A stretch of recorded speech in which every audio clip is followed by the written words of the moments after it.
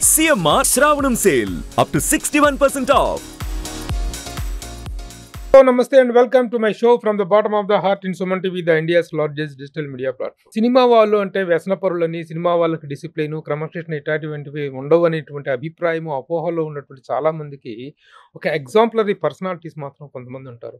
క్రమశిక్షణకు మారుపేరుగా నియమపాలన, సమయపాలన అనేటువంటి పాటిస్తూ ఈ సినిమా ఇండస్ట్రీలో కూడాను ఒక అన్ఆర్గనైజ్డ్ సెక్టార్లో కూడా ఒక ఆర్గనైజ్డ్ వే ఆఫ్ లివింగ్ని, మెథడ్స్ని ఇంట్రడ్యూస్ చేసినటువంటి ప్రముఖులు చాలా మంది ఉన్నారు. అలాంటి వారిలో senior actor and producer Sivakrishna గారు ఉన్నారు. శివకృష్ణ గారు నమస్తే అండి, వెల్కమ్ సార్. నమస్తే. సుమన్ టీవీ ప్రేక్షకులకి అందరికీ కూడా వందనాలు. ఎక్కువ చెప్పారేమో నా గురించి. మీ గురించి కాదు, ఎస్ ఎగ్జాక్ట్లీ మీ గురించి మాకు తెలిసింది చెప్పాను. ఎందుకంటే మొదటి నుంచి మిమ్మల్ని గమనిస్తూ ఉంటే మీ వే ఆఫ్ లివింగ్ కానీ, మీ డిసిప్లిన్స్ కానీ, పద్ధతులు కానీ, మీరు ఏదైనా ఒక పని చేపడితే అది చేసుకునే విధానం కానీ మొదటి నుంచి చూస్తున్నాం కాబట్టి ఆ ఇంట్రడక్షన్ మస్ట్ అండ్ షుడ్ అనిపించింది. అంటే డిసిప్లిన్ అనే మాటకి నేను I was బాటప్ in Secunderabad, military ఏరియాలో పెరిగాను. నాకు వచ్చేటప్పటికి సికింద్రాబాద్ కంటోన్మెంట్ ఏరియా. సో ఇంటి పక్కనంతా మిలిటరీ పీపుల్. మనకి 6-7 సంవత్సరాల్లో నాటుకున్నది ఏదన్నా ఉంటే ఇంక లైఫ్ లాంగ్ పోదు. అది పెరిగే వయసు కదా, అప్పుడే కాస్త వచ్చే రోజులు అవి. సో నేను డిగ్రీ, యూనివర్సిటీ, పెళ్ళి అవ్వటం అంతా కూడా ఇక్కడే. నేను ఇక్కడే పెరిగా. మిలిటరీ ఇప్పుడు 1965లో అంతగా తెలియదు నాకు. 65 పాకిస్తాన్ వారు వచ్చింది. 71లో పాకిస్తాన్, బంగ్లాదేశ్ వారు బాగా తెలుసు. సీక్రెట్ మూవ్మెంట్స్ ఉంటాయండి మిలిటరీది ఎప్పుడు కూడా. మనకి పైకి అన్ని కవర్ చేసేసి ఉంటాయి, కనపడతాయి.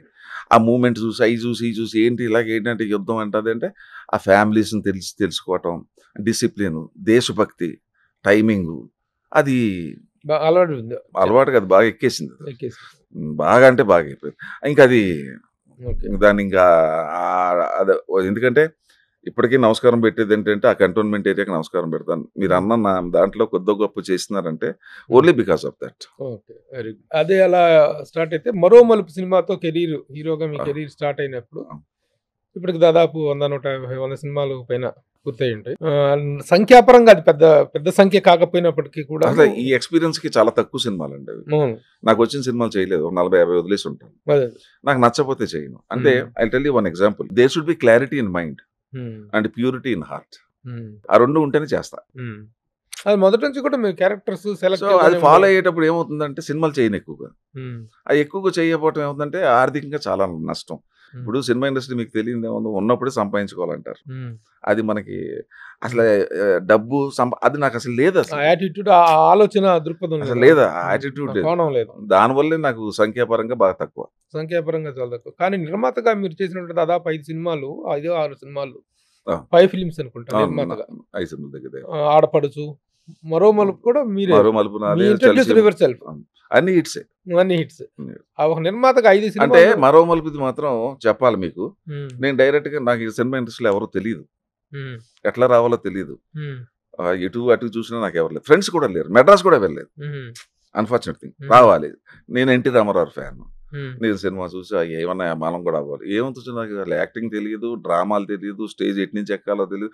అందులో సికింద్రాబాద్ లో పెరిగిన అదే ఆంధ్రాలో పెరుగుంటే దట్స్ ఏ డిఫరెంట్ ఇష్యూ. అక్కడ కొద్దిగా కల్చరల్ ప్రోగ్రామ్స్ ఎక్కువ ఉంటాయి కదా. సో అట్లా ఏం చేయాలంటే మనమే డబ్బులు పెట్టి సినిమా తీసుకుంటే పోలేదు. అప్పుడు చలసీమలో ఎవరో నాకు తెలుసు నేను పరిచయం చేస్తే, వేజల్ సత్యనారాయణ గారిని పరిచయం చేస్తే, ఆయన సాంగ్ అండ్ డ్రామా డివిజన్, దాంట్లో రాళ్లపల్లి, టెక్కం సూర్యనారాయణ ఉండే. అక్కడ పక్కనే ఏజీ ఆఫీసులో పనిచేస్తున్న పరిచయం వెంకటేశ్వర పక్కనే ఉండేవాడు. ఆయన పరిచయం అయ్యింది. ఆయన ఒక మంచి సలహా ఇచ్చాడు, వీళ్ళతో తిరుగు, నీకు కొద్దిగా అలవాటు అవుతుంది, భాష కానీ డ్రామాలు అంటే ఏంటి, యాక్టింగ్ చెప్తారు వాళ్ళు పెద్దవాళ్ళు నీకన్నా అంటే. రైట్ అని వెళ్ళా.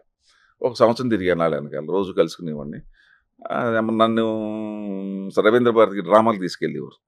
అంటే ఏం తెలియదు కదా నాకు, 21-20 ఇయర్స్ తెలియదు, నాకు పెద్దగా తెలియదు.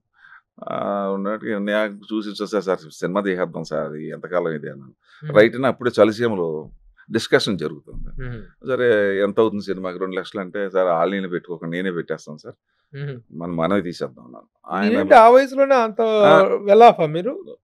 2 లక్షల ఆ రోజుల్లో అంటే 80 కూడా కాదు, 78 లో నేను అప్పుడు జస్ట్ డిగ్రీ పాస్ అయిన తర్వాత మ్యారేజ్ కూడా అయ్యింది.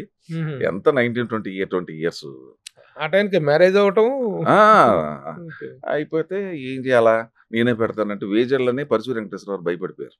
ఎవరినో నమ్మి వాళ్ళ ఫాదర్ వాళ్ళందరినీ వాళ్ళ వెనకాల బ్యాక్గ్రౌండ్ పెద్దది నమ్మి వచ్చాడు కుర్రోడు మన దగ్గర, సడన్ గా సినిమాకి ఏమైనా ప్రాబ్లం అయితే మళ్ళీ మా చెడ్డ పేరు నాకు వస్తుంది అని చెప్పి వాళ్ళు వేజల్ గారు వాళ్ళు ఫీల్ అయ్యారు. వాళ్ళు వద్దయ్యని మేము నువ్వు పెట్టినా కూడా మేము తీయమన్నారు వాళ్ళు.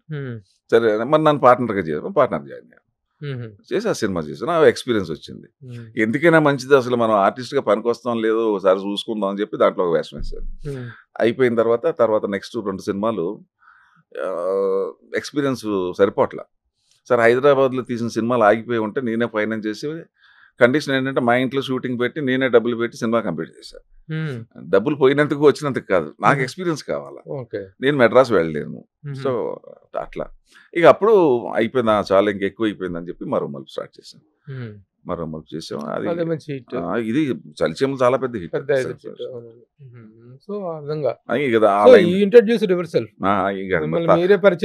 నాకు నేనే పరిచయం చేసుకుని తప్పలేదు నాకు, ఎందుకంటే బ్యాక్గ్రౌండ్ లేదు కదా, సెల్ఫ్ మేడ్ ప్రొడ్యూసర్ యాక్టర్.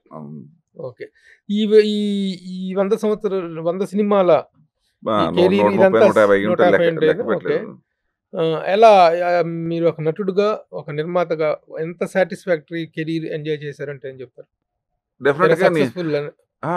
నేను వేసిన వేషాలు మాత్రం 100% హ్యాపీ. ఎందుకు 100% హ్యాపీ అంటే నేను చేసేటప్పుడు చూస్ చేసుకుని మంచి క్యారెక్టర్ అయితేనే చేశాను. ఇప్పుడు అదే ప్రాబ్లం నాకు ఇప్పుడు వచ్చింది. ఇప్పుడు కూడా ఏంటంటే నా తగ్గట్టు వేషాలు రావట్లే.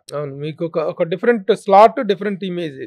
అంటే నేను పెర్ఫామ్ చేయాలి, రొటీన్ గా వేషాలు ఏదో అన్నా వదిలి అంటే నాకు అట్లా మొదటి నుంచి ఒకటే ప్రిన్సిపల్.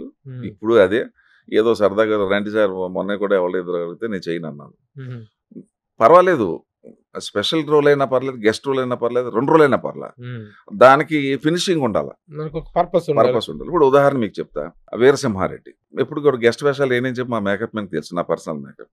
సడన్ గా ఫోన్ చేశాడు ఓ రోజుని, సార్ గెస్ట్ వేషం మాట్లాడక ఇంకా గెస్ట్ వేషం అన్నప్పుడు నేను చెయ్యను కదా అన్నాను. అదే సార్ చాలా మంచి వేషం సార్, 2 సీన్లు ఉంటాయి అంటే నేను చెయ్యను కదా, ఎందుకు నన్ను అలా బలవంతం చేస్తావు, నేను చెయ్యను కదా అన్నాను. లేదు సార్ బాలకృష్ణ గారు హీరో. ఓ ఆ మాట ముందు చెప్పపోయావా, రైట్ నేను చేస్తున్నానని చెప్పాను. అంటే అనేది ఏంటంటే మనసుకు నచ్చినప్పుడు కష్టం అనిపించదండి, కష్టంగా ఉన్నప్పుడు అది మనకు చేయబుద్ధి కాదు. సింపుల్. నేనేమంటానంటే నాకు నేను సంతృప్తి చెందకపోతే నేను క్యారెక్టర్లు చేయలేను, నేను లేను అవ్వాలి, దాంట్లో ఓన్ చేసుకోవాలి. మీకు అర్థమైందా? సుమన్ టీవీలో మీ పర్సనల్ అండ్ బిజినెస్ ప్రమోషన్స్ కోసం కింది నెంబర్కి కాంటాక్ట్ చేయండి.